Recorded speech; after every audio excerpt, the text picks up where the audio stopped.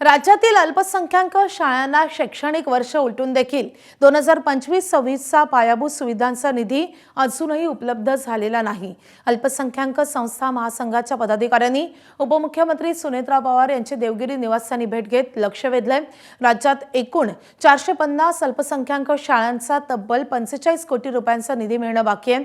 अजित पवार उपमुख्यमंत्री असताना 2024-25चा निधी मार्च अखेरीस मिळालेला होता।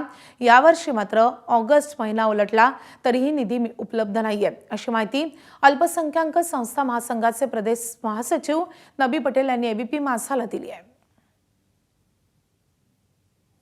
जवळपास मार्च, एप्रिल, मे, जून, जुलै, ऑगस्ट आणि ऑगस्टही संपत आला तरी अद्याप अल्पसंख्याक शाळेला पायाभूत सवलतीची रक्कम मिळालेली नाहीये।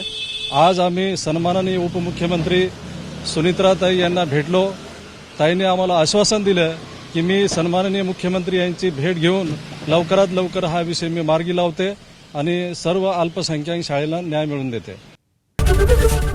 एबीपी माझा, उघडा डोळे बघा नीट।